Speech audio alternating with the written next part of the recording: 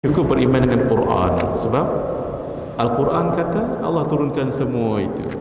Macam kita beriman dengan Nabi jugalah, beriman dengan Nabi Muhammad SAW. Beriman dengan Nabi, Nabi katakan Allah utuskan Nabi-Nabi dan Rasul yang lain. Cukup beriman dengan Nabi, bermakna beriman dengan keseluruhan. Baik.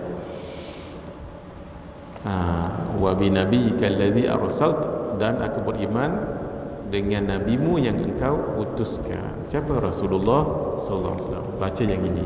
Kalau tak hafal, tampal dekat.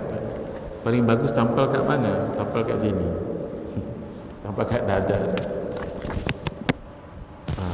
InsyaAllah InsyaAllah kalau selalu dia dibaca, mudah dihafal. Baik, bismillahirrahmanirrahim. Mari kita sambung pengajian. Bismillahirrahmanirrahim.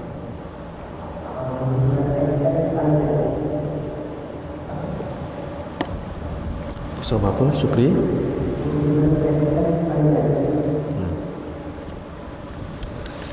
Baik.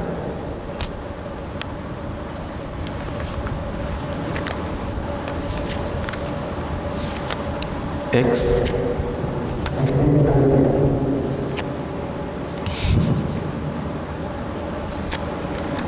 macam ni saya tak mahir lagi nombor tu.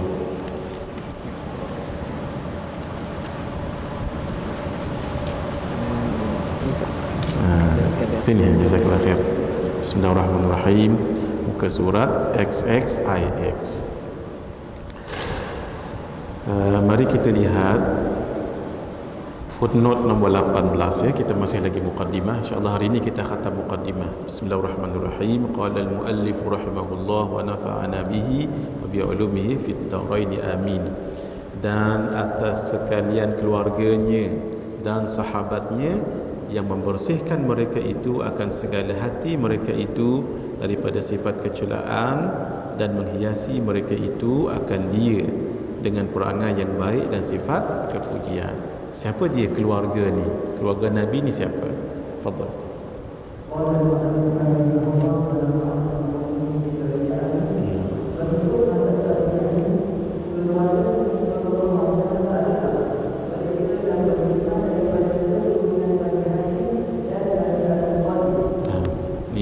Ini keturunan Bani ni anak-anak Bani Israel, anak-anak Israel. Israel tu dalam bahasa Ibrani merujuk kepada Nabi Yaqub. Jadi Bani Israel, anak-anak Nabi Yaqub, termasuklah Nabi Yusuf, Bunyamin dan sebagainya. Jadi Bani maksudnya anak-anak. Ni anak-anak maksudnya kabilah dia tu, yang mewarisi kabilah, keturunan ataupun penguasaan Hashim. Siapa dia Hashim?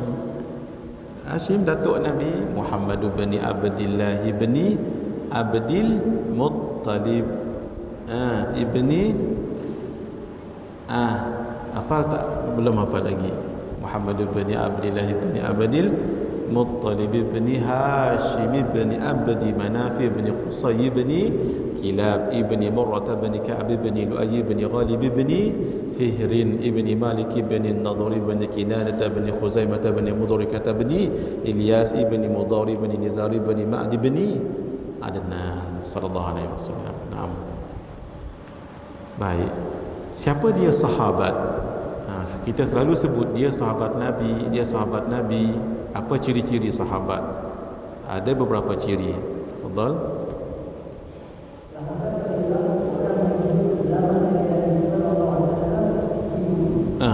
Ada yang hidup juga tapi di langit, tak dipanggil sahabat. Sezaman dengan Nabi ya, sezaman dengan Nabi. Yang sebelum Nabi bukan sahabat. Yang selepas Nabi wafat tak nama sahabat. Maksudnya yang tak sempat jumpa dengan Nabi itu. Nama apa? Tabi'in. Ada juga orang yang hidup sezaman dengan Nabi, satu masa dengan Nabi, beriman dengan Nabi tapi tak dalam jumpa Nabi. Namanya Sayyidina Uwais Al-Qarni. Sayyidina Uwais Al-Qarni bila duduk di Yaman, Yaman tu di mana? Di selatan Saudi. Nabi kan duduk di Madinah, kan Makkah dulu, kemudian Madinah. Yaman kan selatan tu. Sinilah Sayyidina Uwais Al-Qarni duduk. Sezaman dengan Nabi, tak pernah jumpa Nabi. Mereka dipanggil Al-Mukhadramun. Rasanya ada, saya tulis kat sini. Ada. Fadal.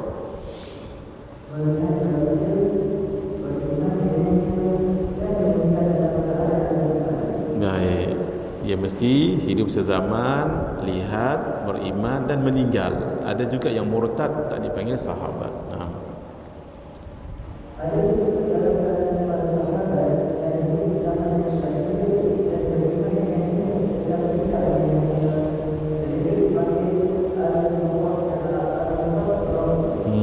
Al-Mukhadramun.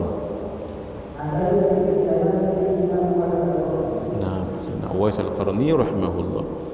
Abu Jahal sezaman dengan Nabi, melihat Nabi, tapi beriman tak dengan Nabi. Tak, mereka tak dipanggil sahabat. Siapa yang disebut sahabat ni, ya Allah, sangat mulia sekali. Satu, mereka lihat Nabi, itu dah kemuliaan. Melihat macam ni Nabi, itu dah kemuliaan yang sangat besar. Yang kedua, mereka dipuji oleh Allah dengan pangkat taradi. Ingat pangkat taradi. Apa dia? Radhiyallahu anhu. Kan dalam Quran menyebut radhiyallahu anhum wa radu'an. Setiap kali kita dengar nama sahabat, ucaplah taradi, radhiyallahu anhu. Kalau Sayyidatuna Aisyah, radhiyallahu anha. Kalau Sayyidina Ibnu Umar, kena tambah radhiyallahu anhuma. Baik. Tafadhal.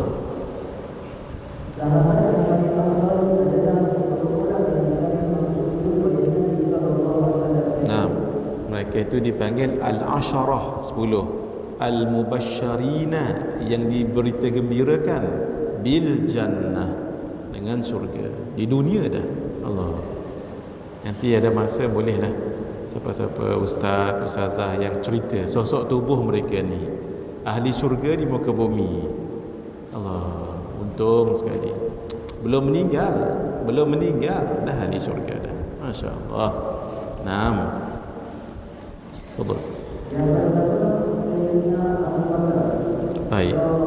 Radhiyallahu anhu. Naam. Setiap kali sebut nama sahabat, sebut radhiyallahu anhu. Sayyidina tu apa tu istilahnya? Ingat lagi? Siapa Kak Ajah yang selalu jawab soalan saya ni? Kalau saya tanya soalan ni, selalu beliau jawab. Yang duduk depan, sekali kalau ke atas. Atas ni duduk depan. Sayyidina ni apa istilah dia? Kalau radhiyallahu anhu, istilahnya taradhi. Kalau rahimahullah, itu istilahnya tarahum. Baik. Kalau bismillahirrahmanirrahim, istilahnya basmalah. Kalau ni Sayyidina, ingat taswid. Tulis kat situ taswid, TASWID, taswid. Ataupun dalam Jawinya tasin waw ya dal, taswid. Itu maksudnya taswid. Taswid ni kalau macam kita ni yang berhormat, yang bahagia, yang mulia, kalau keturunan sultan ataupun raja kan. Ini maksudnya yang untuk kita adab, sebagai adab. Sayyidina boleh baca ya, Sayyidina boleh, Sayyiduna boleh, Sayyidana pun boleh. Tiga-tiga boleh. Tapi kalau baca kita Arab, jangan sebarang. Kita Melayu tak apa. Kita Melayu dia tak ada grammar marfu', mansub dengan majrur. Boleh pakai semua. Kalau saya ringan sebut Sayyidina. Sebab kalau kasrah ni selalu ringan. Kalau kasrah selalu ringan. Buktinya kalau ra tu baris atas tu jadi tafkhim, berat. Baris hadapan jadi tafkhim, berat. Tapi kalau bawah jadi tarqiq. Tarqiq maksudnya ringan sebut. Baik, yang mengaji tajwid tahu ni Bismillahirrahmanirrahim. Roh dia asalnya ra tapi bunyi ro. Asalnya Rahman, R-A-H, tapi kerana tebalnya tu jadi R-O-H, Rahman. Dia jadi gitu. Nah, fadal. Sayyidina Abu Bakar, nama asal beliau ingat sebelum masuk Islam, nama asal beliau adalah Abdul Ka'bah. Abdul Ka'bah. Ni rasa dah 9 kali sebut ni. Abdul Ka'bah. Bila masuk Islam, Nabi tukar namanya menjadi Abdullah. Jadi Abdullah. Akhirnya Nabi panggil, ini yang nama Abu Ummu Ibnu apa namanya? Kunyah. Nah, namanya kunyah. Abu Bakar, nama asalnya Abdul Ka'bah sebelum Islam. Bila masuk Islam, Nabi ubah daripada Abdul Ka'bah, hamba Ka'bah, baik hamba Allah. Sebab itu nama beliau jadi Abdullah. Tapi Nabi suka panggil. Jadi Nabi panggil dengan bapa kepada gadis. Bakar ni berasal dari perkataan bikir. Bikir ni gadis sunti. Sebab di kalangan isteri-isteri Rasulullah sallallahu alaihi wasallam yang hanya seorang saja yang gadis, siapa? Sayyidatuna Aisyah. Sebab itu dipanggil kerana beliau gadis. Jadi Sayyidina Abu Bakar kan bapaknya, lalu dipanggil bapa kepada gadis. Itu ya, itu satu riwayat. Riwayat yang lain, Bakar ini merujuk kepada apa? Bakar, laju, cepat, pantas. Laju, cepat dan pantas. Kenapa? Sahabat-sahabat lain ketika Nabi berdakwah, cerita tentang Islam ni, di awal permulaan Islam ni, ada yang dengar, tanya lagi, what is Islam? What Islam offers? What does Islam offer to us? What can we gain when we embrace Islam? What gitu. Barulah baru terima Islam. Sebagian yang lain, gapo dia tu? Lagu tu. Sebentar ni, dulu hamba fikir, esok mai pula dan hamba royak gapo dia keputusan hamba. Ambil masa. Sebahagian yang lain. Sayyidina Abu Bakar, Nabi dakwah Islam on the spot, cepat, laju dan pantas menerima Islam. Sebab itu beliau digelar dengan bapa. Abu ni bapa, Bakar cepat, laju dan pantas. Boleh? Kalau orang tanya kenapa nama Abu Bakar jadi Abu Bakar, boleh jawab? Boleh. Asal namanya apa tadi? Abdul Ka'bah. Diubah Nabi jadi Abdullah, tapi dipanggil Nabi jadi Abu Bakar. Kenapa Nabi memanggil Abu Bakar? Dua sebab. Satu, kerana anak gadisnya Sayyidatuna Aisyah adalah memang hanya gadis yang Nabi kahwini. Dua, sebab ketika menerima Islam, Sayyidina Abu Bakar cepat, laju dan pantas. Ingat lagi tak kenangan kita dengan Sayyidina Abu Bakar? Jangan lupa. Ingat? Boleh ingat lagi Najmi ketika rukuk? Apa dia? Satu hari Sayyidina Abu Bakar lambat pergi ke surau, ke masjid sebab ada urusan. Ketika tu Nabi dah mula solat. Ketika beliau masuk dalam masjid, Nabi sedang rukuk. Lalu beliau pun, ya Allah, beliau tak pernah tinggal rakaat yang pertama. Tapi bimbang-bimbang, ya Allah, jangan-jangan tak sempat. Akhirnya beliau bimbang sangat-sangat. Memang dah kalau ikut hukum akal tu dah boleh kena tinggal jadi masbuqah. Tertinggal satu rakaat. Tapi Allah nak bagi kelebihan Sayyidina Abu Bakar. Ketika Nabi sedang rukuk, beliau pun berjalan dengan tenang. Begini caranya, jangan gopoh-gopoh. Kalau tertinggal-tertinggallah, nak buat macam mana ya? Jangan gopoh-gopoh. Sebab yang gopoh tu adalah amalan syaitan. Nanti takut was-was lagi. Datang tengah rukuk Nabi ni, beliau pun Allahu Akbar. Jangan baca lagi Fatihah, sebab Fatihah kita ditanggung imam. Terus rukuk. Ketika beliau rukuk, sempat beliau bertamak ninah dengan Nabi. Apa maksud tamaknina? Dengan qadar subhanallah. Ketika itulah beliau memuji dalam hati, alhamdulillah, alhamdulillah. Sempat rupanya. Ingat tak sempat tadi tu? Kerana beliau memuji tu, Allah datangkan malaikat Jibril ketika Nabi sedang rukuk.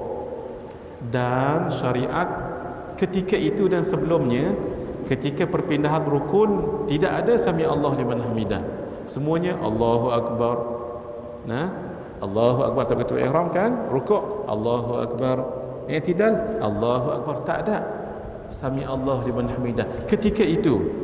Oleh kerana Sayyidina Abu Bakar ni asbab, Allah datangkan malaikat Jibril. Kerana Sayyidina Abu Bakar tadi memuji Allah, alhamdulillah tadi kan, dalam hatinya, malaikat Jibril datang wahyu on the spot. Ya Muhammad, la taqul, jangan kamu baca seperti yang biasa kamu baca Allahu Akbar tu, bal qul, tetapi sebut sami Allah liman hamidah. Maksudnya sami Allahu, Allah mendengar, liman hamidah, kepada sesiapa pun yang memujinya. Siapa memuji Allah tadi tu? Sayyidina Abu Bakar. Sampai sekarang kita ucapkan, kena sedarlah bila baca tu, kita ingat siapa? Ingat Ustaz Mahathir dulu. Nah, ingat terus Sayyidina Abu Bakar sampai hari kiamat pahalanya tu.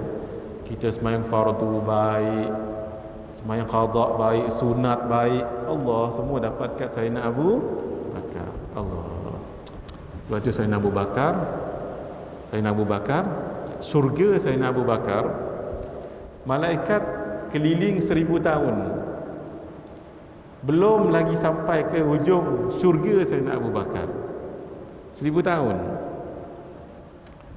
Saya nak kongsi sikit pengalaman saya ya. Kalau kita rasa macam keras sangat hati, rasa solat payah nak menangis, dan rasa macam ada perasaan membangga diri, cuba buka YouTube. Saya tak tahu apa nama tu Syukri, dia punya tu, tapi banyak dalam YouTube. Ada orang buat satu program untuk tahu besar mana bumi kita ni dibanding dengan alam semesta ni. Jadi dia pakai kapal, macam mana dia ambil saya pun tak tahulah. Ni Syukri dengan Najmi ni tahu syarahnya ni. Dia meluncur daripada tempat dia tu, meluncur, dan macam ada kamera lah, barangkali dengan kapal angkasa dia pun luncur kan dia tinggalkan tempat itu, tinggalkan jauh kan, bumi itu makin kecil. Kemudian yang selepas tu saya ingat mungkin komputer lah ya, kamera mungkin tak kuat lagi. Kemudian bumi kita makin halu lah. Bumi itu baru dalam satu sistem kecil je, yang namanya apa, galaksi kan, dalam orbit dia sendiri tu galaksi. Kemudian atau lagi rupanya dalam Milky Way yang sangat besar, itu baru satu tu, dengan sistem solar whatever ni, kosmik ni kemudian jauh lagi, itu baru satu, walau beribu-ribu, dalam ribu tu kumpul baru satu, yang lain banyak lagi. Sebab gitu saya suka tengok tu. Kalau rasa macam jiwa payah sangat, keras sangat, saya suka tengok tu. Ya Allah, kerdilnya kita ni, apa sangat kerdil sangat kita ni. Gitu ya. Allah maha pada segalanya.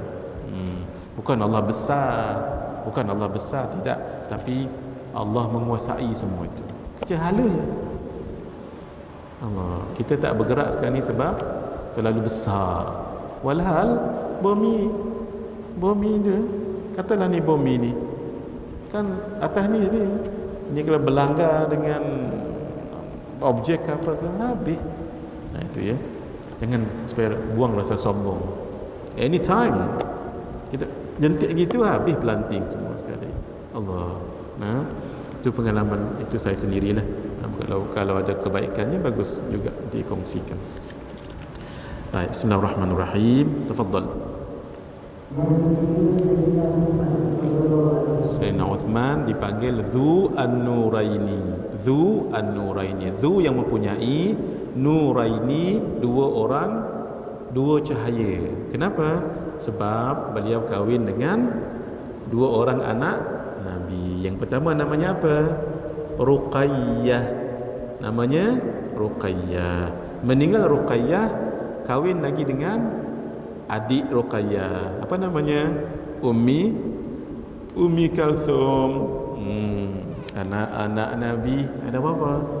Ada 7 orang. Berapa laki-laki? 3 laki-laki, 4 perempuan. Pertama Qasim, Abdullah, Ibrahim, Zainab, Ruqayyah, Fatimah, Ummi Kalthum. Saya hafal lagu ni darjah 1. Siapa yang buat dia? Kalau orang tu masih hidup, saya nak hadiah dia. Sekarang kita boleh hafal. Naam, tafadhal.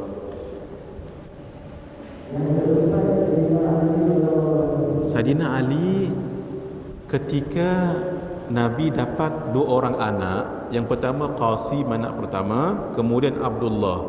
Dua-dua meninggal masa kecil. Jadi Nabi pun ambil anak angkat 2 orang sebagai ganti yang meninggal tadi tu. Siapa? Saidina Ali. Dan seorang lagi siapa? Saidina Zaid bin Harithah. Zaid bin Harithah. Ada seorang lagi Zaid bin Thabit, untuk mengisi apa ni, rasa rindu Sayyidatuna Khadijah. Saya dah 3 siri cerita Sayyidatuna Khadijah. 2 minggu dah. Khamis minggu ni saya akan cerita siri yang terakhir, Sayyidatuna Khadijah. Kerana rindu dengan 2 orang anak tadi tu, meninggal masa kecil. Siapa dia tadi? Qasim dan Abdullah. Lalu anak yang ketiga bernama apa? Kan Ruqayyah. Jadi kan tak ada lelaki, diangkatlah 2 orang ini, Saidina Ali dan Saidina Zaid bin Harithah. Tambah satu lagi, Saidina Ali anak kepada Abu Talib. Abu Talib kan agak miskin, jadi Nabi membalas. Ketika Nabi dijaga oleh Abu Talib, umur 8 tahun, meninggal datuk baginda bernama Abdul Muttalib, dijaga oleh siapa? Abu Talib. Jadi Nabi nak balas. Nabi nak balas jasa tu.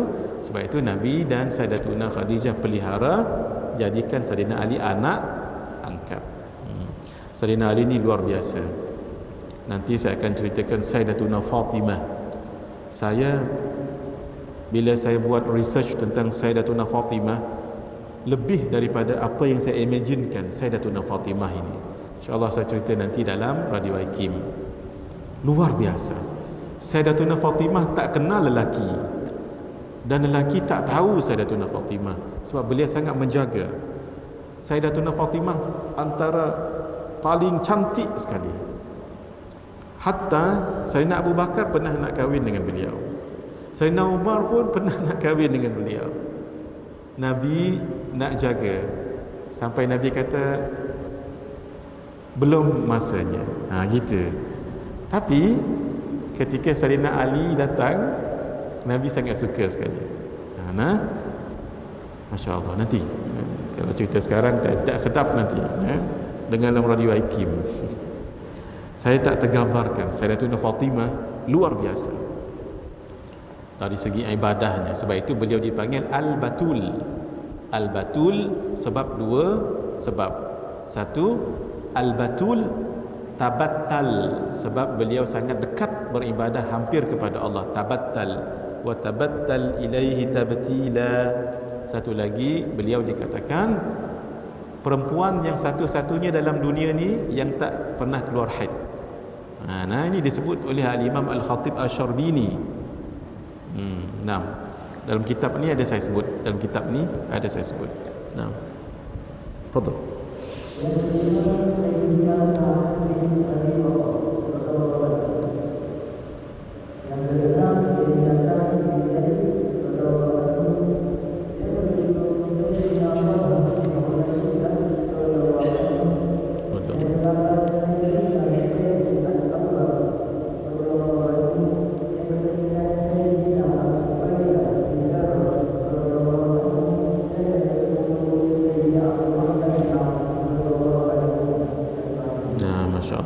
Sayyidina Abdul Rahman bin Auf ni kayanya, Masya Allah, banyak duit, tapi beliau di offer oleh Sayyidatuna Aisyah, kalau nak meninggal boleh, kalau nak dikuburkan selepas sebelah Sayyidina Umar boleh. Sayyidina Rasulullah di depan, Sayyidina Abu Bakar di belakang, Sayyidina Umar. Sini ada satu lagi kosong. Pernah Sayyidatuna Aisyah offer untuk Sayyidina Abdul Rahman bin Auf. Beliau rasa tak layak. Akhirnya sampai meninggal, Sayyidatuna Aisyah pun meninggal. Ketika zaman Khalifah yang kelima, iaitu Sayyidina Umar bin Abdul Aziz, beliau menjadi gubernur di Madinah, di-offer juga oleh ulama waktu itu untuk dikebumikan di situ, pun beliau menolak. Akhirnya nanti untuk siapa tu? Nabi Isa alaihi salam. Nah. Baik. Orang tafadhal. Nah.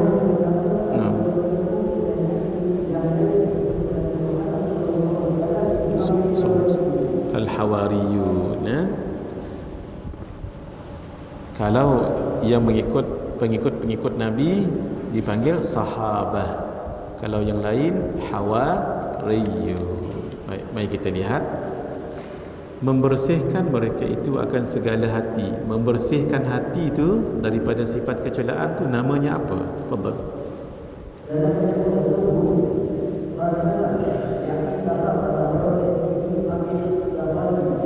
Takhalli. Ingat ya, ada kha tu. Naam.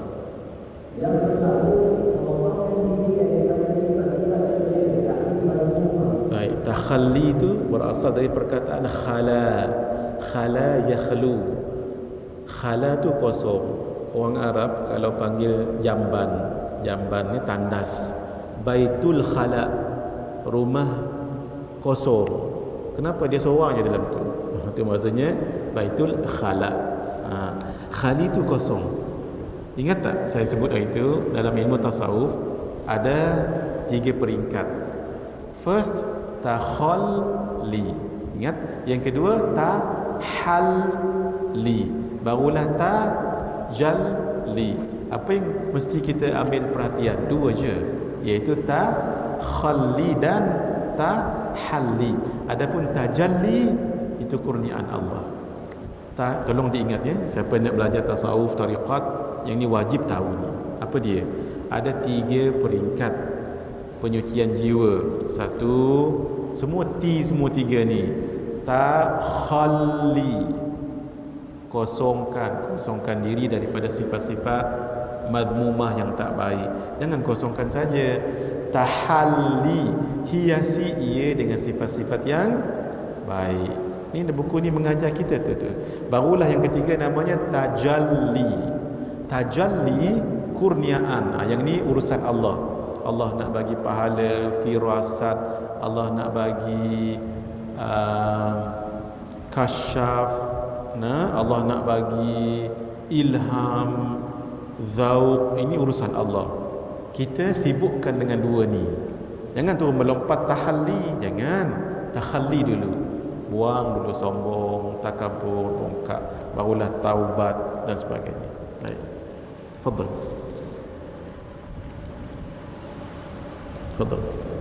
Dan menghiasi mereka itu akan dia dengan perangai yang baik dan sifat kepujian. Menghiasi. Kalau boleh Mak dia mengaji, underlinekan perkataan membersihkan, underlinekan. Satu lagi, menghiasi. Buat nota kecil tu, membersihkan. Buat nota kecil atasnya, sama dengan mengosongkan. Mengosongkan itulah namanya takhalli. Yang menghiasi tadi tu hias, itulah namanya tahalli. Kalau orang tanya, takhalli dulu ke tahalli dulu? Takhalli, kena jelaskan ya. Kalau dalam bahasa Jawinya semua sama rumahnya, taha lam ya, bubuh titik saja. Itu membezakan. Baik. Tafadhal. kena ingat tu tahalli.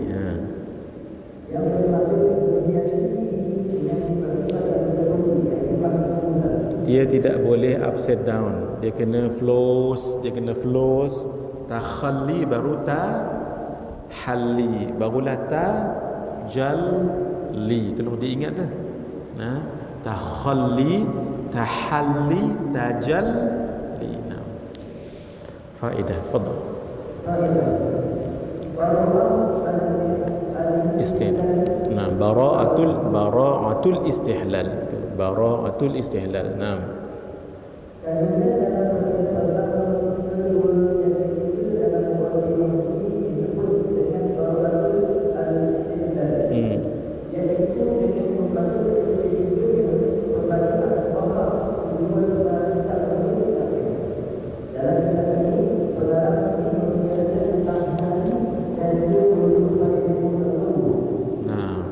Jadi kitab-kitab Jawi dulu ataupun kitab Arab dulu, kalau kita baca introduction tu, muqaddimah, kita tahu apa yang dia nak ucapkan. Itu namanya bara'atul istihlal. Saya bagi contoh ya.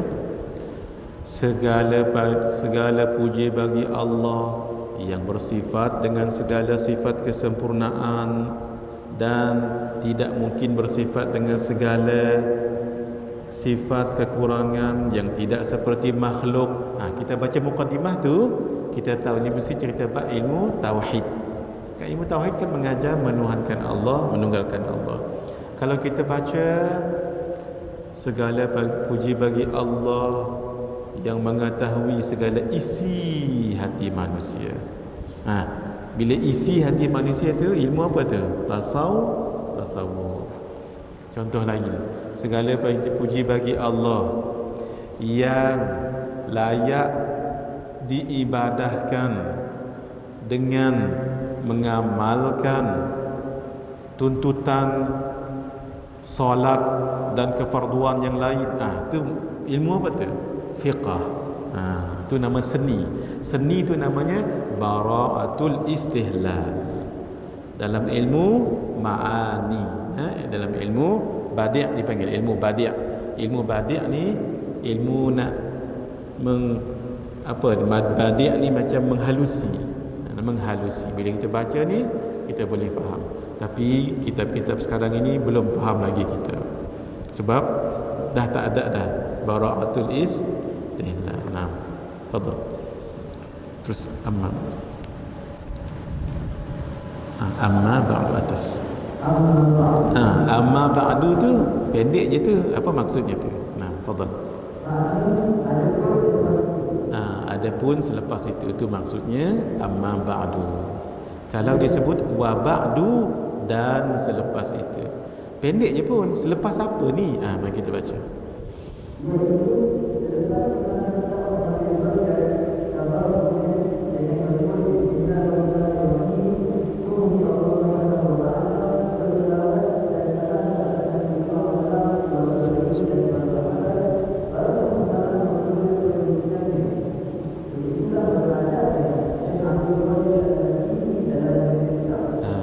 Dulu jangan terus tulis. Saya ambil berkat dengan mengucapkan Bismillahirrahmanirrahim, salawat ke atas Nabi, memuji Allah, salawat ke atas Nabi dan para sahabat dan ahli keluarga dan para sahabat, barulah menulis. Itu namanya tabarrukan, mengambil barakah. Fadhal. Maka kitab ini sebuah kitab yang kecil pada permulaan ilmu tasawuf. Apa dia kitab kecil? Fadhal.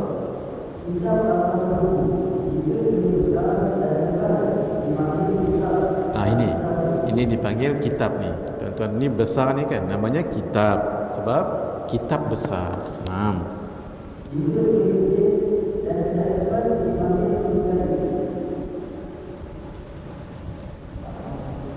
Dengan menggunakan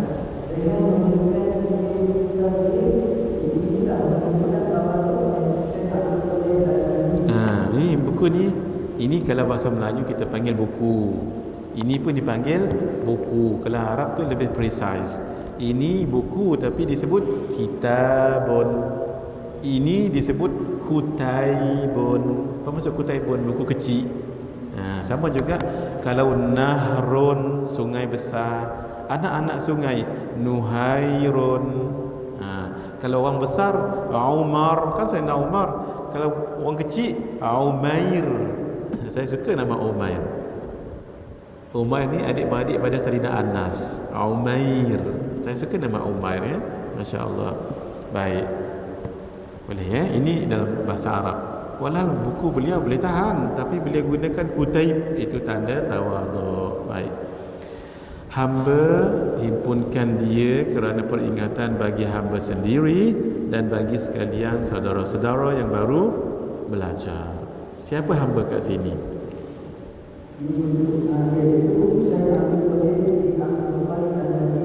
Ini bahasa tawaduk ni. Bahasa tawaduk ambo. Kalau Kelantan kan panggil ambo. Ambo demo. Baik. Saudara-saudara yang baru belajar. Allah. 25 ya. Yang baru tu maksudnya yang baru. Kalau ada cikgu bahasa Melayu kat sini, tolong ajar saya ya. Apa beza baru dengan baharu? Ada beza mak ajar? Ada 3. Satu baru. Yang kedua baharu. Yang ketiga Johor Baru. Kan baru tu kan apa beza ya? In terms of what? In terms of the usage, maybe kalau zaman dulu diguna baharu, apa beza dengan baru? Tolong bagi tahu nanti ya. Saya belum dapat beza sangat. Tapi kalau mengajar tauhid, kita tak panggil baru, kita panggil baharu. Baharu lawannya qadim. Bukan baharu tu bukan lawannya lama, bukannya. Sebab itu kita ini baharu. Kita tak kata kita ni baru, sebab baru tu lawannya lama. Kalau baharu not opposite dengan lama, tapi tak ada, maksudnya ada permulaan. Kalau Allah qadim, tidak ada permulaan. Kita ada permulaan. Sebab itu disebut baharu. Yang tu saya faham.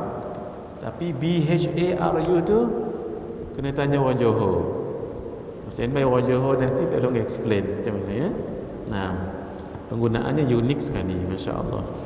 Baik, terus di sini baik, saya baca dulu ya. Dan hamba namakan akan dia. Dia ni penggunaan dulu. Kalau moden, dia tu orang yang berakal kan. Kalau ia tak berakal, itu saja ya. Namanya panjang kitab ni. Kalau kita panggil apa nama kitab ni? Penawar bagi hati. Itu asal. Itu biasa. Tapi asalnya nak sebut nama kitab ni, tarik nafas dulu. Penawar bagi hati pada menerangkan barang yang wajib dibersihkan daripadanya dan dihiasi dengan ia akan segala hati. Itu asal namanya. Panjang. Pendek je. Contoh kitab Sabilal Muhtadin. Nama panjang, Sabilal Muhtadin littafaqquh fi amriddin. Kitab Ihya Ulumuddin, dipanggil kitab Ihya saja. Ihya, asalnya Ihya Ulumuddin. Baik. Mari kita lihat dulu nota kaki sudah kita sebut tadi. Dan hamba sebut di dalamnya akan satu pendahuluan, muqaddimah dan 3 kitab. Baik. Dan akan Allah Subhanahu wa taala juga hamba pohonkan bahawa memberi manfaat ia, iaitu Allah, dengan ini kitab bagi hamba sendiri, itu maksudnya tawaduk, dan bagi sekalian pembacanya. Alhamdulillah sampai sekarang lah. Kita ni doa daripada beliau ni. Sebut amin ya. Amin. Ni doa daripada beliau ni. Dan bahawa menjadikan ia akan dia ikhlas. Maksudnya yang ditulis ni ikhlas. Betul. Memang ikhlas. Tanda kitab itu ikhlas sampai sekarang kita baca. Sampai sekarang ya. Orang dulu kalau dia nak tahu ikhlas tak ikhlas, ditulis dulu, mana ada typewriter kan, ditulis pakai dakwat. Dah habis tulis, jemur di panas. Kalau dakwatnya luntur, panas dengan hujan, maksudnya dia tak ikhlas lah tu. Zaman dulu ada sebahagian tulis, ambil botol, tak dalam botol. Sebab dulu kan tak ada binding, baru sheets Shitsna, masuk halayan-halayan, masuk dalam ni tutup, buang dalam sungai. Kalaulah ada orang jumpa ni, ikhlaslah tu. Kalau tak jumpa, tak ikhlas. Orang zaman dulu, zaman kita ni ada ke buat macam tu? Habis botol tambah orang sekarang, maaf ya, kadang-kadang tak menghargai. Apa botol ni? Apa sampah dalam ni? Walau tulisan orang dalam tu. Sebab itu zaman sekarang tidak seperti yang dulu. Nah, orang dulu ikhlas sangat-sangat, semata-mata menuntut keredaannya, kerana bahawasanya ia sangat kuasa atas tiap-tiap sesuatu. Saya baca ni kan, saya dapat satu isyarat. Syekh ini tauhidnya sangat tinggi. Bukan dia nak syurga, dia nak redha. Redha tu lebih tinggi daripada syurga. Tu. Sebab itu kata Rabi'atul Adawiyah, Rabi'atul Adawiyah, sebab beliau anak yang keempat, sebab itu disebut Rabi'atul Adawiyah. Wahid, ithnani, thalatha, arba'a. Rabi' yang keempat. Sayyidatuna Rabi'atul Adawiyah, beliau kata begini, kalau Allah redha denganku, walaupun diletakkan dalam neraka, saya sanggup. Tapi jangan buat-buat. Ni kata kalam-kalam orang sufi ni lain. Sebab redha lebih tinggi daripada syurga. Tapi logiknya lah, bila Allah dah redha, apakah mungkin letak dalam neraka? Tak mungkinlah, gitu ya. Tapi redha lebih besar nikmatnya daripada syurga. Ada hadis menyebut begini, Allah bertanya dengan semua ahli syurga. Mudah-mudahan kita ahli syurga dah. Sama-sama doa, Allahumma ja'alni minhum. Maksudnya bila sebut nama syurga, doa Allahumma ja'alni minhum. InsyaAllah semua kita ahli syurga, insyaAllah. Tolong pegang kata saya ni, semua kita ahli syurga, tapi dengan syarat pegang akidah ahlu sunnah wal. Yang kedua, jangan syirik. Yang ketiga, jangan murtad, jangan kafir. InsyaAllah semua ahli syurga, sebanyak mana pun dosa. Tapi kita tak naklah masuk neraka, sebab satu hari di neraka sama dengan 1000 tahun di dunia. Mau kita? Tak mau kan? InsyaAllah pegang akidahnya elok-elok. Walaupun kita ada dosa, ghaflah, kita mohon diampunkan oleh Allah dosa tu, mohon diampunkan. Baik, bismillahirrahmanirrahim. Teruskan. Dan sudah tadi ya, menuntut keredaannya kerana bahawasanya ia sangat kuasa atas tiap-tiap sesuatu. Yang menghimpunkan syekh ini adalah tambahan saya sendiri. Bila tak tulis syekh, tawaduk beliau, Abdul Qadir bin Abdul Muttalib Al-Indonesi, Indonesia, Al-Mandili, berketurunan Mandailing. Al-Makki itu saya tambah. Al-Makki maksudnya lama duduk di Makkah. Tapi tak boleh sebarang ya. Contohnya Tuan Haji asal Perak, kemudian duduk di Selangor, baru 2 tahun duduk Selangor, tak boleh bubuh As-Salanjuri, tak boleh. Dia mesti 4 tahun ke atas. Macam contoh, kalau saya pergi ke Yaman 3 tahun, saya tak boleh bubuh nama Muhadir Al-Yamani, tak boleh. Sebab tak cukup 4 tahun. 4 tahun tu pula 4 tahun hijrah, bukan 4 tahun Masehi. 1 tahun Masehi sama dengan 360 hari. 1 tahun hijrah sama dengan 354 hari, 8 jam 8 minit. Harapkanlah. Khuwaidim adalah isim tasghir untuk khadim, yang bermaksud khadam kecil. Ini menunjukkan sifat tawaduk beliau. Berapa kali tawaduk dah ni, Allah. Talabatul ilmi, talabatil ilmi, talabah jamak plural bagi perkataan talib. Talib ni yang mencari. Talaba yatlubu talban, mencari ilmu. Al-ilm, iaitu ilmu asyarif, yang mulia, di kawasan Makkah, sebab beliau duduk di Makkah. Tolong diingat, Makkah dan Madinah Tidak ada orang kafir duduk di situ.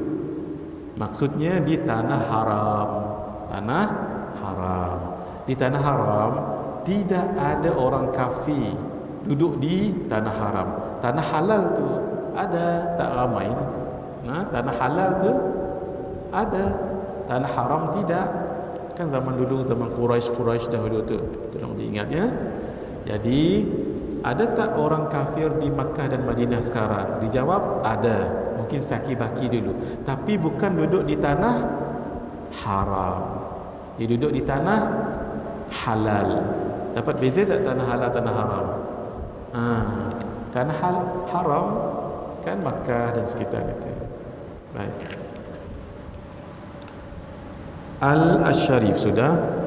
Makkah Al-Mukarramah. Al-Mukarramah maksudnya karim, yang dimuliakan kerana terdapat di situ Kaabah.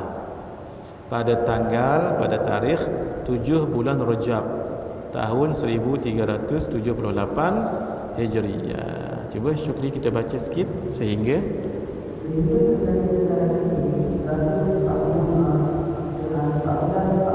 satu. Kita dapat satu ya.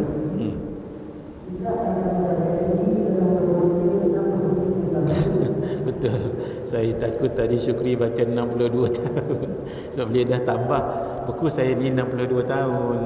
Sebab buku ni kan 2009 dulu. Yang sekarang Kak Ajah berapa? 2000 berapa Kak Ajah? 2000 berapa tu buku? 19. Sama kita. Ada yang 2020 tak? Tak ada. Sebab baru cetakan yang kedua, ketiga, tak ingat. Terus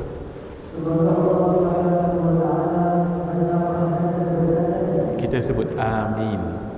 Ni doa ni ya, amin. Terus amin. Baik, apa bezanya al-alim yang alim, al-allamah yang tersangat alim?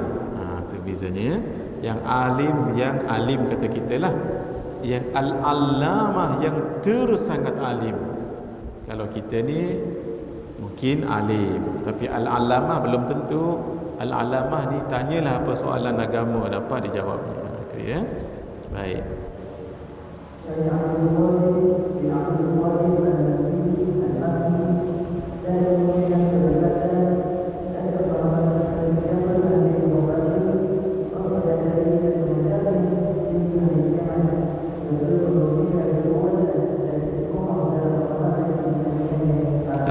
Sama-sama amin. Ini doa ya. Baik, sekarang kita masuk pendahuluan. Definisi. Ini bahasa yang moden saya pakai ya. Ilmu tasawuf adalah suatu ilmu untuk mengenal sifat-sifat hati atau keadaan jiwa yang dipanggil ahwalun nafsi. Sama ada sifat yang terpuji, mahmudah, seperti merendah diri, bahasanya tawaduk, atau dan sabar. Baik. Tafadhal sifat.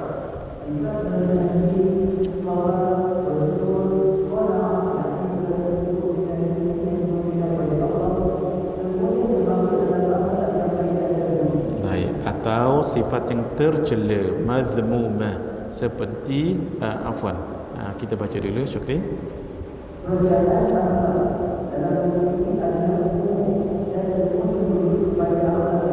Akhlak yang walaupun akhlak ada dua, akhlak yang baik, akhlak yang tidak baik.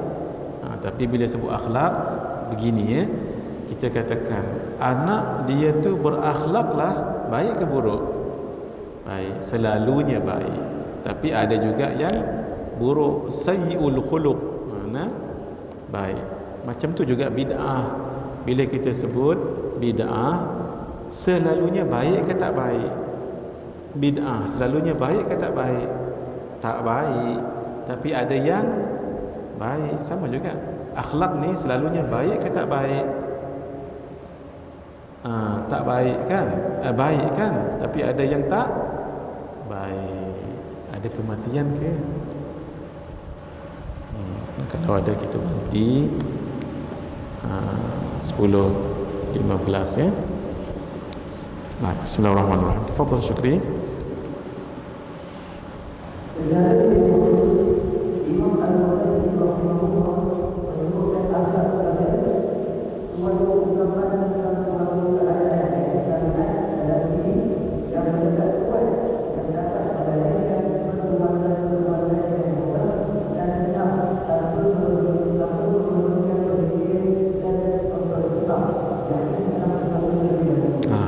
Kata Imam Ghazali, apa maksudnya? Benda ni, benda yang dah ada dalam hati, tak perlu fikir-fikir, dia keluar spontaneously without any thinking and deliberation. No need to think, immediately. Contohnya orang tua kat depan, kita bila jalan kat depan orang tua automatically tunduk. Gitu. Ada orang bawa sesuatu jatuh, tak perlu fikir what should I do, tak perlu, terus aja gitu. Datang orang terus muka, tak perlu fikir apa yang saya kena buat, senyum je, baru senyum, lambat sangat. Itu maksudnya benda tu dah ada dalam tu. Itu kalau dia baik, yang di luar tu jadi baik. Kalau dia buruk, buruklah tu. Itu ya, itu kata Imam Al-Ghazali, ibaratun an hayatin fi nafsi rasikhatun anha tasdurul af'alu bisuhulatin wa yusrin min ghairi hajatin ila fikrin wa ru'yatin. Bahasa mudahnya begini, akhlak sesuatu yang sudah tertanam di dalam hati, itu je. Kalau dia baik akan memunculkan perbuatan yang baik, kalau dia tak baik memunculkan perbuatan yang tidak baik, walaupun dia pretend to be good, walaupun dia berpura-pura jadi baik, kalau tak baik akhirnya prevail, the truth will prevail, akan keluar juga yang benarnya tu. Contoh kan, dia maafkan saya, maaf, dia selalu kata tak baik pada orang, tapi dia cuba nak berpura-pura baik, bagus, tiba-tiba keluar the true color tu keluar. Sebab memang benda tu gitu. Yang baik buruk dalam tu, tak perlu nak pura-pura. Ya, you could pretend to, tapi berapa lama? Gitu ya. Saya suka ada seorang ustaz, dia bagi tahu begini, telur busuk walaupun kita simpan, kita balut elok-elok, pakai plaster, pakai wrapping tu, pakai selotip, kalau dah busuk juga akhirnya. Walaupun disimpan sebulan, 2 bulan, nanti akan keluar juga. Tapi durian, bau yang harum durian, kira harum lah bubuh lah kat mana pun, nanti dia keluar. Ni di 24 ni, tahu kita. Macam tu jugalah akhlak yang baik dan buruk. You cannot hide, you cannot pretend to. Dia akan keluar spontaneously without any thinking and deliberation. Sangat bagus ini. Imam Ghazali punya definisi akhlak sangat bagus. Baik, mari kita sambung. Ada lagi kat belakang tu ya. Seterusnya beliau mengatakan, fa in kanatil hay'atu bihaitsu tasduru anha al-af'alul jamilah al-mahmudah aqlan wa syar'an summiyat khuluqan hasana, wa in kana sadiru anha al-af'al al-qabihah summiyat al-hay'atu allati hiya tasduru khuluqan sayyi'a. Bagus sangat akhlak ni, sangat bagus definisi beliau.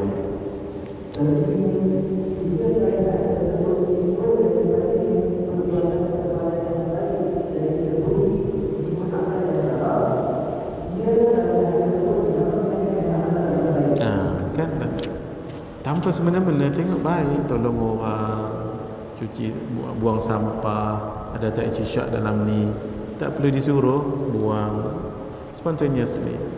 Ada juga budak-budak ya, menyusun selipar kat luar tu bagus sekali. Bila kita nak balik, kita terus je masuk kaki macam tu. Oh, Masya Allah. Itu mengamalkan sunnah.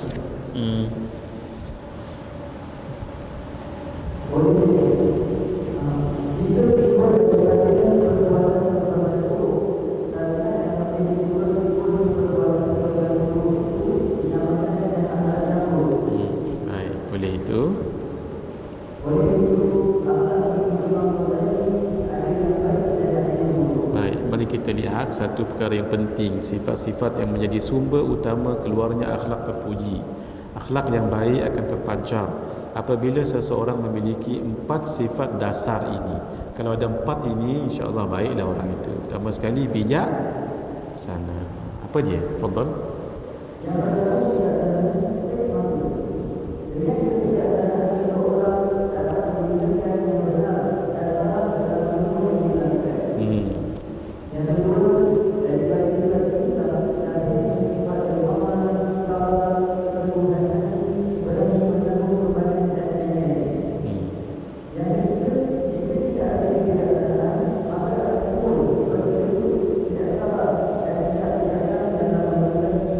Dia bijak. Apa maksud bijak? Bijak ni hikmah. Hikmah ni meletakkan sesuatu, dia pandai menilai sesuatu. Itu maksudnya bijak. Dia bagi ke orang duit dia. Kalau dia tak bijak, dia akan kata habislah duitku. Dia tak tahu Allah akan tambah lagi rezekinya itu. Itu maksudnya bijak sana. Yang kedua berani. Nah. Yang kedua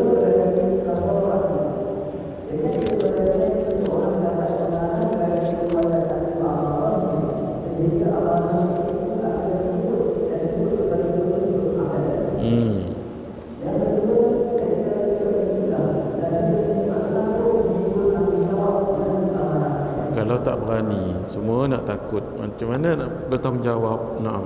Contohnya, suami yang tak bertanggungjawab, tak berani mendepani kehidupan, tak mau bekerja contohnya, tak mau buat ini, buat itu, takut. Dia mesti ada syaja'ah. Naam.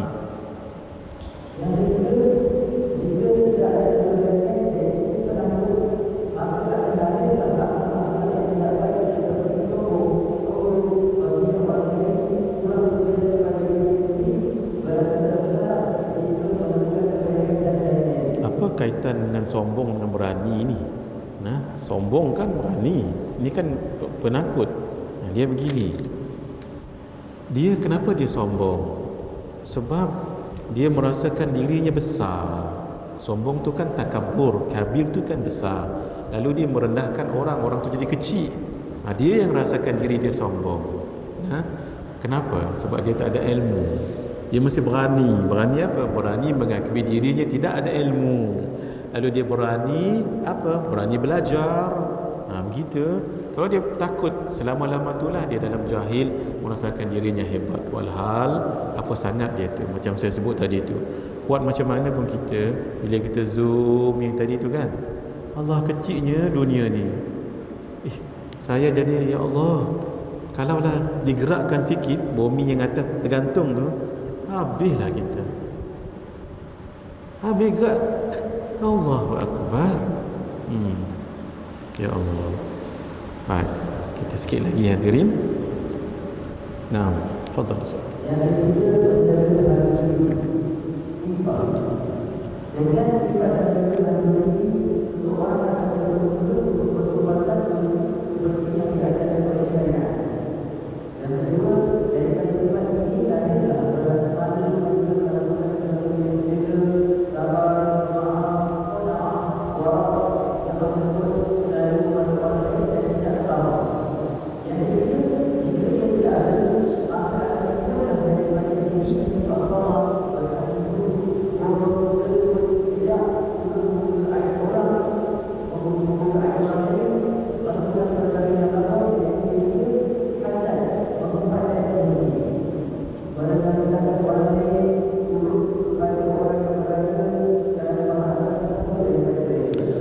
Apa maksud Imam Ghazali? Orang kalau dia tak ada harga diri, itu dia akan jadi apa?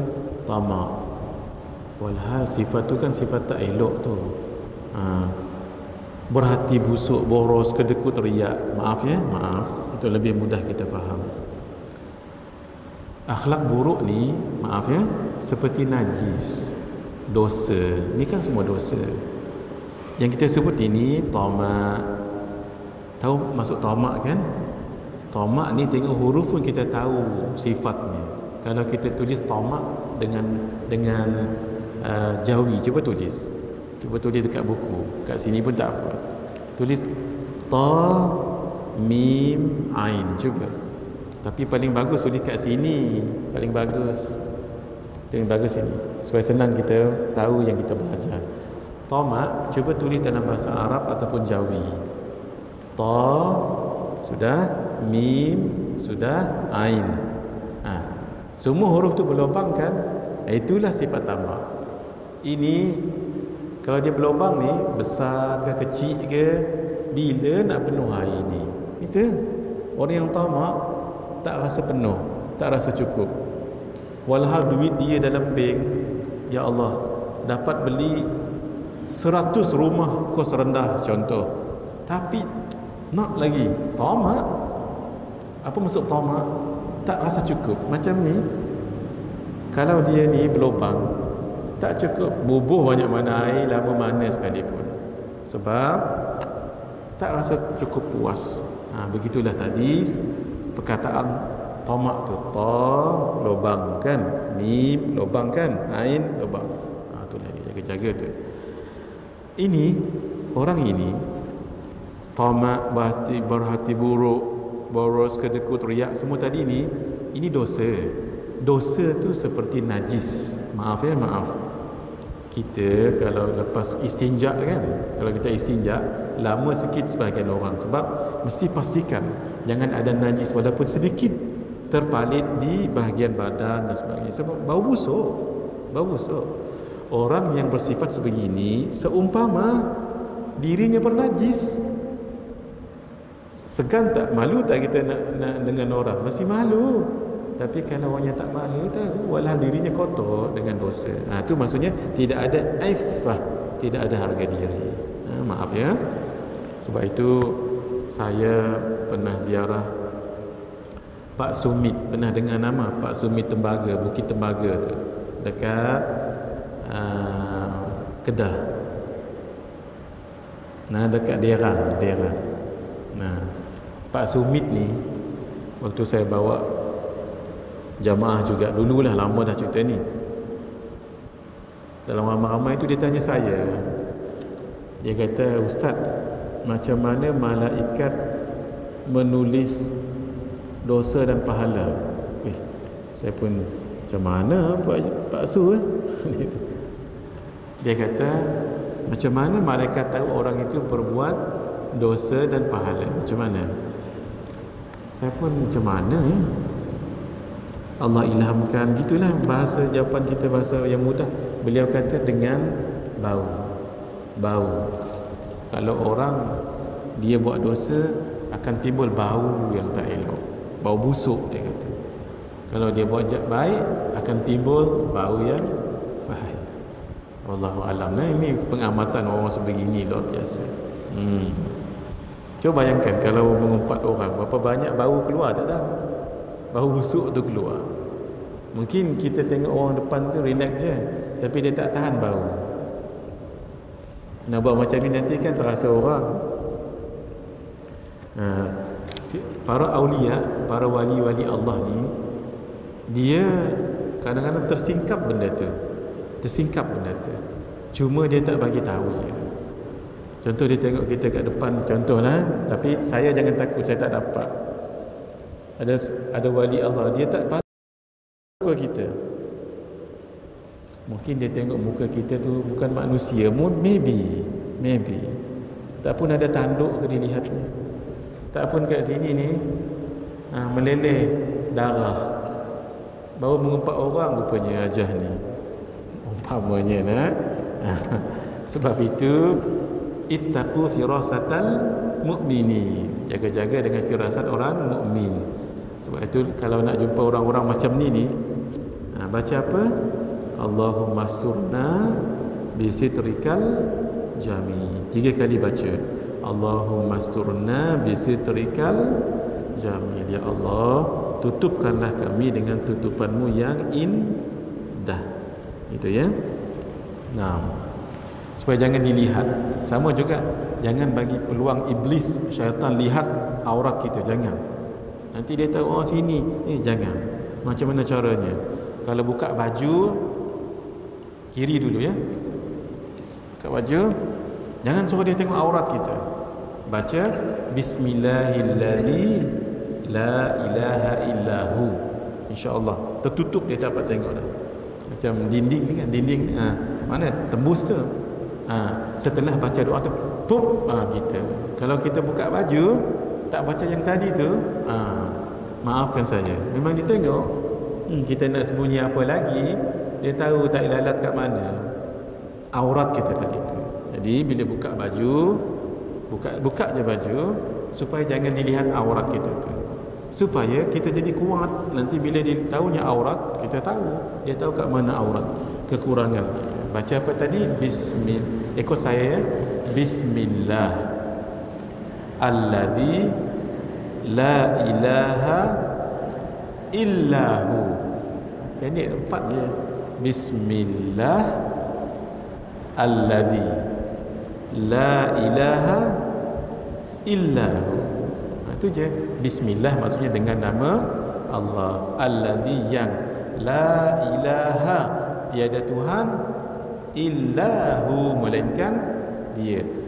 Words kita baca tu dia macam ada satu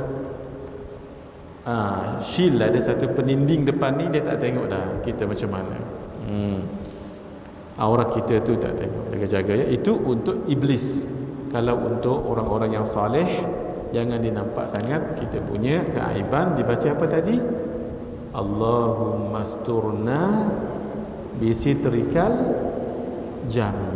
Maksudnya, ya Allah, tutupkanlah kami dengan tutupanmu yang indah. Dapat tulis tadi ke tak dapat?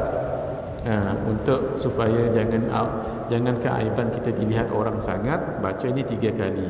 Ikut saya. Allahumma asturna bisitrikal jamil.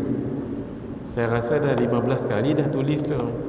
Sejak daripada mula itulah, rasanya lah 15 kali semula.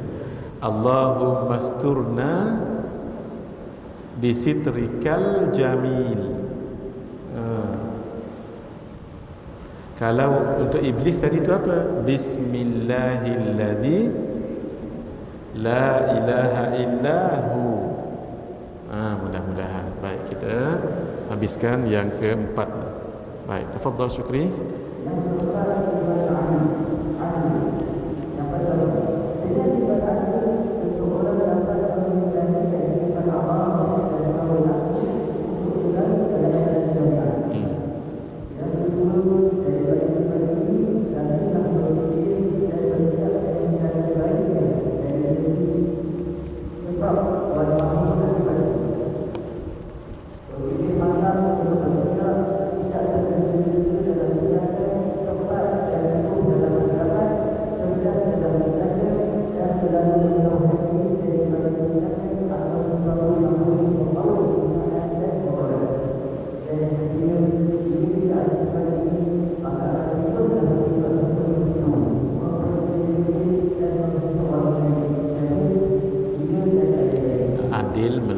Sesuatu kena pada tempatnya, itu adil. Meletakkan sesuatu kena pada tempatnya. Adil tu tak semestinya sama rata, tidak juga ya. Adil, anak yang belajar di universiti bagi RM100, anak yang belajar di sekolah RM10 cukup, anak yang di sekolah tadika RM1 pun tak apa. Tak adil lah ibu, ni tak sama. Adil maksudnya meletakkan sesuatu kena pada tempatnya, gitu ya. Baik, mari kita habiskan ketika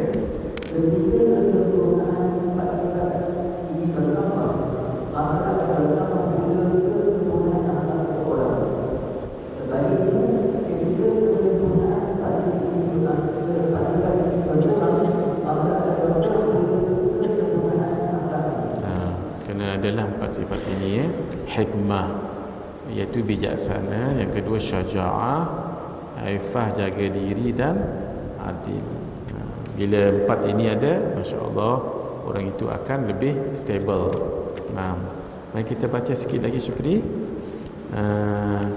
Kita baca yang selepasnya itu seperti hasad, dengki dan membesarkan diri. Baik, kita habiskan ini dulu.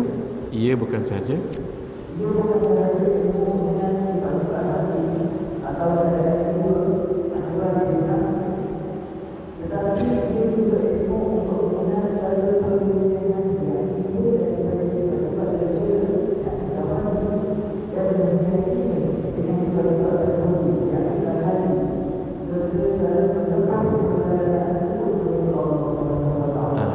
walaupun kita belajar mengenal, tapi nanti dia akan bawa kepada membersihkan. Maksudnya kita mengenal sifat-sifat yang buruk, bersihkan diri kita, buangkan. Kita mengenal sifat-sifat yang baik, hiasi dia. Itu maksudnya, itu namanya lazim dengan malzum. Lazim dengan malzum, talazum. Baik, kita ni penting belajar ilmu ni. Macam mana pentingnya? Begini, Kak Ajah, Mak Ajah, Bang Haji suka dengan sayur sawi. Sayur sawi, apa dibuat? Cangkul dulu batas ataupun kebun. Sudah digembar-gemburkan tanahnya tu, dibuang mana yang patut sampai sarap, lalang, kayu, kaca, whatever. Sudah dibersihkan, diletaklah biji benih tu, kemudian disirami dengan air, dia akan growing up. Baik, sudah dah timbul dah ni, Masya Allah. Itu maksudnya kita membajainya dan menanamnya dan mengairinya. Itu bagus. Itulah namanya ilmu tauhid dengan ilmu fiqh. Tapi apakah memadai? Tak memadai. Sebab kita nak menikmati hasil mahsulnya. Tapi maaf, ada khinzir hutan. Tak hutan pun tak apa. Nanti dilihat ini dia lenyeknya habis. Tak pun dimakan kambing ke contoh. Kerana itu pagari. Tadi tu pagari yang kita tanam tadi tu, supaya kita dapat nikmati. Pagarkan amalan kita itu dengan tasawuf. Semua yakin pada Allah, bagus, itu namanya tauhid. Solat bagus, itu namanya fiqh. Tapi lepas solat, Masya Allah, mengata orang, lepas solat hasad, habis semua pahalanya tu, sebab tidak dipagari. Jadi ilmu tasawuf ini memantapkan tauhid, memperelokkan fiqh. Itu penting ilmu tasawuf. Sebab tu kalau orang yang tak belajar ilmu tasawuf, maafnya, kalau cerita bab ketuhanan bukan main tinggi, cerita bab hukum hakam, Masya Allah, tapi ketika dia bercakap ni merendahkan orang lain, mengangkatkan diri sendiri, tidak sabar, sebab tak ada ilmu tasawuf. Tiga ni mesti bersepadu. Paling penting ilmu akidah, tu paling penting. Apa dia ilmu akidah? Kena ada asas tapak dulu. Nak tadi sayur tadi kena ada asasnya. Tapi jangan dibiar gitu saja, kena tanam benih dengan sayur tumbuh, tu namanya fiqh. Tapi pagari ia dengan pagar tasawuf, barulah dapat kita makan. Oh, sayurnya tak letihlah berbulan-bulan menanam, dapat kita makan hasil-hasilnya. Kalau dia berbuah, buah pula manis. Sebab dipagari oleh tasawuf. Penting ilmu tasawufnya hadirinnya. Kalau tidak, maaf ya, contoh hasad dengan orang, hasad dengan orang ni habis pahala, rugi je pahalanya. Sebab itu wajib belajar ilmu tasawuf, walaupun tidak secara mendalam. Buku ni dia mengajar kita yang basic-basic supaya kita pagari. Kalau tak letih je, bersedekah bagus, tapi kita cerita ke orang jadi sum'ah, habis pahalanya tu. Jaga-jaga hadirin, kalau tidak rugi dalam berbuat amal. Saya ingat setakat ni dulu. Kita habiskan tanda-tanda hati yang sakit. Jelas ya? Baik.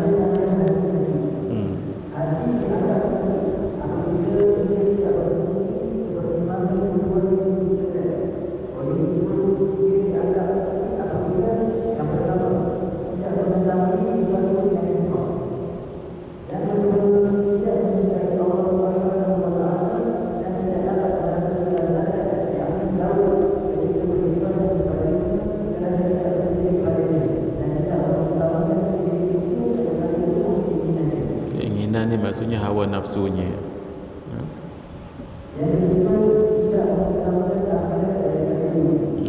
Dia tak tahu hikmah. Walhal setiap sesuatu tu kita belajar tauhid, Allah sudah tentukan 50,000 tahun dulu kan. Kita tak tahu hikmahnya. Tapi pasti ada hikmah. Itu satu. Yang kedua, dia tidak cinta Allah dengan rasa zauk, sebab dia tidak berzikir. Buku kita ni hadirin, kalau orang tanya saya lah, apa yang harus kita amalkan untuk jadi pendinding diri, untuk murah rezeki, baca yang dalam. Tak semestinya buku saya ya, buku Habib Omar, buku Syekh Nuruddin, Syekh Fahmi, baca. Paksakan dirinya. Paksa. Umpamanya kan, lepas subuh, kan di sini banyak 7 amalan. Paling kurang pilih satu. Apa dia? Al-Wirdul Latif, cukup. Zuhur nanti kan dalam ni ada baca Hizbun Nasar. Hizbun Nasar ni untuk kalau orang buat jahat, kalau orang buat zalim, orang buat aniaya, baca tu je Hizbun Nasar dalam ni. Kemudian Asar nanti baca Hizbul Bahar. Saya sebut je ni, dalam ni dah ditulis. Maghrib baca Ratib Al-Haddad. Isya Al-Idrus. Ya Allah, setiap bacaan ini dia menjadi pendinding kita. Kalau saya nak syarah ni, yang diucap dalam ni naik bulu roma saya. Cukup satu je saya nak sebut, amal. Paksa diri, paksa mengamal yang dalam. Bukan buku ni je, buku lain. Cuma buku ni saya susun, subuh baca apa. Jangan tinggal hadirin. Insya-Allah. Insya-Allah. Dia kita baca ni kadang-kadang kita tak sedar, itulah pendinding daripada jin dan iblis yang dibaca oleh Syukri tadi tu. Wirdus Sakaran tadi tu. Itu doa yang sangat bagus sekali. Hizbun Nasar, kalau orang buat jahat-jahat, baca Hizbun Nasar ni, jangan kita minta Allah kenakan dia, tak. Cuba tuan-tuan tengok sedikit Hizbun Nasar. Siapa ada buku ni, ataupun amalan selepas solat, buka Hizbun Nasar. Kalau yang ini dibaca lepas zuhur. Cuba sama-sama. Bukan baca, saya nak tunjuk apa yang kita minta. Sedikit saya syarahkan ya. Kalau ada masa nanti kita syarahkan panjang. Kalau kita dianiaya orang, ataupun orang tipu kita, ataupun orang mengata kita sedih, kita dibuatnya, kan? Memang macam-macam amalan. Antara yang kita kongsikan di sini dulu, ingat kalau kita dizalimi orang, kita baca apa? Wa makaru wa makarallah wallahu khairul makirin. 4 bulan cuti ni jangan main-main. 4 bulan cuti Covid, lupa. Kalau dizalimi, kalau rasa diri dizalimi, tapi dia belum hitam putih lagi, macam ada orang nak kenakan, orang nak zalim, bak duit ke, bak tipu ke, dibaca wa makaru wa makarallah wallahu khairul makirin. Bacanya berapa kali? 33 kali. Baguslah Kak Ajah ni tak baca, maksudnya tak ada orang zalim. Alhamdulillah. Yang ni jangan diamal setiap hari, jangan diamal setiap hari.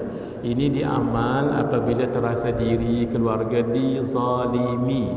Dizalimi ni termasuklah kena tipu duit, kena aniaya orang, ada makhluk halus ke, pakai guna-guna, na'udzubillah, tu dizalimi lah tu.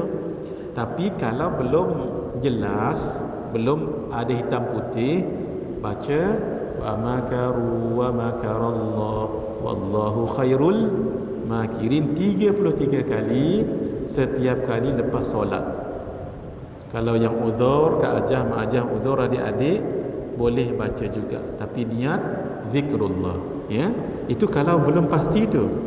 Tapi kalau memang jelas memang dia yang buat. Baru ni ada kawan kami datang jumpa saya, kawan rapat.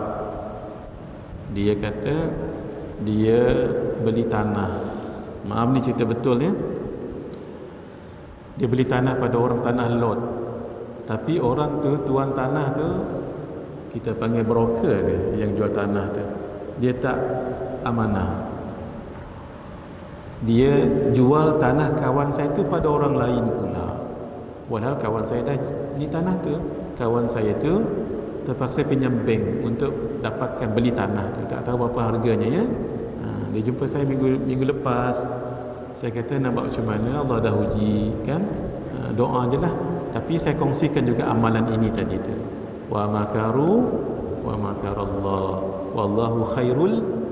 Itu kalau kena tipu kalau apa. Yang itu tu saya bukan nak kata apa. Sampai sekarang saya ada simpan lagi. Ada seorang hamba Allah di Masjid Negeri Shah Alam. Ada kes penipuan melibatkan duit yang beribu-ribu. Saya pun tak tahu. Saya dapat mesej hari itu. Sekarang saya nak baca boleh mesej ni, tapi kita dah nak habis ni. Dia kata, Ustaz telah ajar bacaan ini dalam kuliah sekian-sekian. Kalau saya tak ingat, lupa ya, 2017 dulu, Ogos 2017. Saya telah amal, dia kata. Dan dia tulis kat situ, dia amalkan 33 darab dengan 5 darab dengan 6. 33 ada kematian. Boleh? Baik. InsyaAllah nanti lepas 10.30 ni ada solat jenazah, ada kematian ya. Kita sama-sama lah siapa yang abang Haji yang mampu ya. Baik, kita habiskan dulu. Jadi itu yang berlaku. Dia tulis dekat mesej 33 darab 5 darab 6. Alhamdulillah Ustaz, dia kembalikan duit saya tu. Cerita bab umrah ni, duit banyak. Benda yang tak elok lah maksudnya nah. Saya bila dia tulis tu, saya pun fikir kenapa 33? Oh yang tadi 33 kali tu darab 5, maksudnya 5 waktu sehari semalam darab 6. Barangkali dia buat 6 hari dan duit tu dikembalikan balik pada orang tu. Tapi saya kata ni masing-masing rezeki masing-masing. Tolong diingat ya, ada 4 perkara nak ada kesan pada mujarab tak mujarab kita mengamalkan. Tolong diingat. 1, ikhlas beramal. 2, istiqamah. 3, yakin dengan amalan tu. 4, macam mana kita menerima amalan tu daripada guru. Kalau kita terima daripada guru nampak macam indah tak indah, ambil berat tak ambil berat, first dah tak berapa nak barakah dah. Itu tolong diingat ya. Saya sebut benda ni kerana ni praktikal. Tuan-tuan pun begitu juga, tapi tengok masing-masing. Tu ya. Tak sempat juga saya nak syarah, tapi Hizbun Nasar kalau ada orang buat tak elok dan sebagainya, baca saja, jangan niat. Jangan niat Allah turunkan bala, Allah jangan. Baca saja, ya Allah Engkau yang Maha Penolong. Cukup. Itu serah pada Allah. InsyaAllah tenang hati kalau baca. Namanya Hizbun Nasar. Nasar maksudnya yang menolong. Ini pengalaman ni, saya cerita bukan kosong ni. Ini pengalaman. InsyaAllah tenang hati kita. 2 amalan tadi tu. Hizbun Nasar dengan wa makaru wa makaru. InsyaAllah Allah tunjuk. Allah tunjuk. Tambah lagi kalau dia zalimi lagi cepat. Maaf ya, bukan saya nak cerita untuk membalas orang ni, tidak. Tapi bila kita mengamalkan benda-benda macam ni tenang kita. Kan? Zuhur ada bacanya, Asar ada bacanya, supaya kita jangan baca tu saja, yang lain tidak. Tu yang kita letak.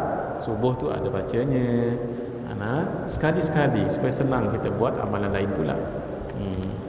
Siapa yang belum dapat ijazah buku ni, saya ijazahkan.